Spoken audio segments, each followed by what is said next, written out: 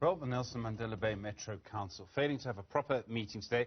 They tried to hold a meeting to elect a speaker and a mayor. Some groups of people been trying to hold meetings today. Councillors from different parties, the DA, the AIM, the UDM meeting together. Also some confusion over who would preside over the meeting. Claims that the city manager's contract had expired, which meant the acting city manager had to preside over it. Professor Joleen Steyn Kotze is a senior research specialist for democracy and citizenship at the Human Sciences Research Council. Professor, good afternoon to you. I mean, I would imagine that when you look at the maths of Nelson Mandela Bay, both the ANC and the Democratic Alliance got the same number of seats. They've got 48 seats each. It's no surprise that no one's able to form a workable coalition there. Well, I think that is kind of the difficulty, that the coalition dynamics within Nelson Mandela Bay is facing, because we come from, of course, a very, very unstable 2016 to 2021 local government coalition structure. We have had leadership under both the ANC and the DA. There has been a lot of administrative instability, especially around, if you kind of look at the senior positions within the municipality and the bureaucracy, you find many, many individuals in an acting position, as with the municipal manager.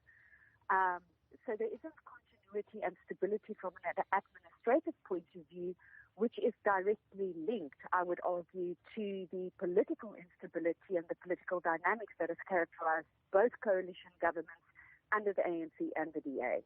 There are also all sorts of arguments over procedure. I mean, today there's an argument about whether it's the city manager, the acting city manager, someone from cooperative governance, even the MEC themselves. I mean, are these being used just to complicate things? Some of these arguments are technical. The law is important. But are people just doing what suits them? Well, I do think, because you kind of almost very often find also what we've learned from the Nelson Mandela Bay area, are case studies of convenience or rules of convenience, if one can call it that. Sometimes we apply the rules and other times we don't necessarily apply the rules. I think in all probability, if one kind of reads the dynamic that is going on, this could be a move on behalf of the provincial government to proverbially to buy a little bit more time to see if there is a coalition, the possibility of a coalition. If parties can come together and work. I mean, ideally, we know that both the DA in particular is going to have a difficult 13-partner coalition if it doesn't work with the ANC or the EFF.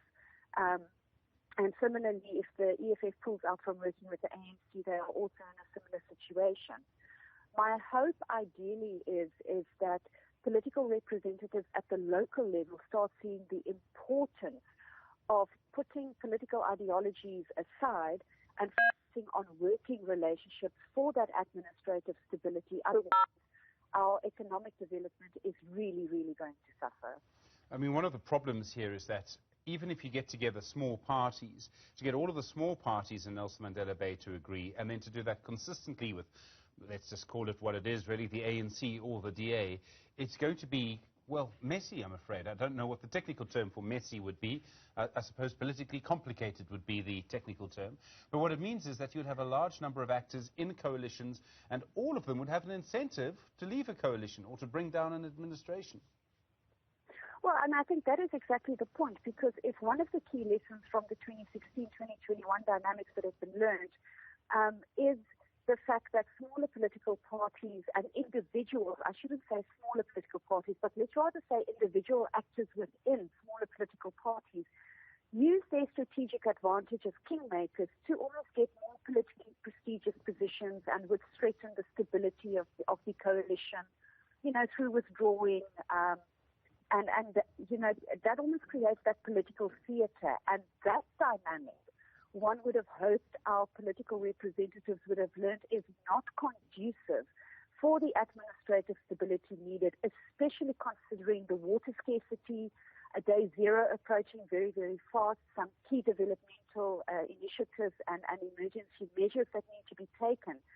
So the hope is that your smaller parties or all political parties come to the realization that within these coalition dynamics, the aim is to get about the public good and not necessarily about personal interest or big political ideological projects.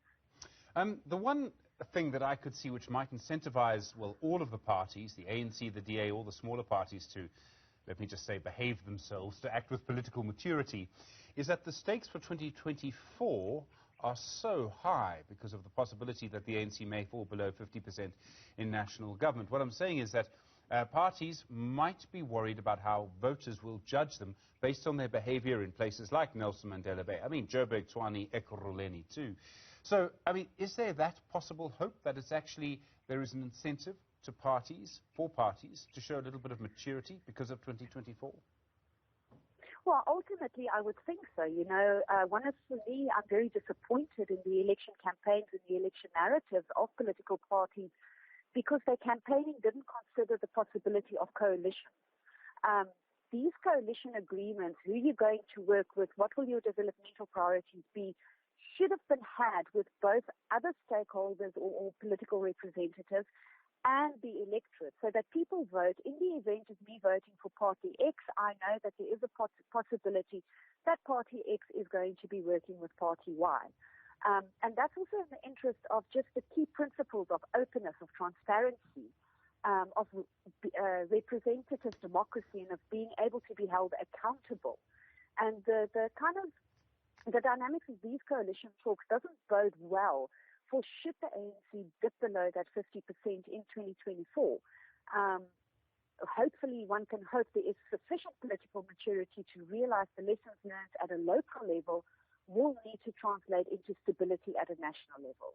Professor Joleen Steyn, Kotze, thank you, Senior Research Specialist for Democracy and Citizenship at the Human Sciences Research Council. Well,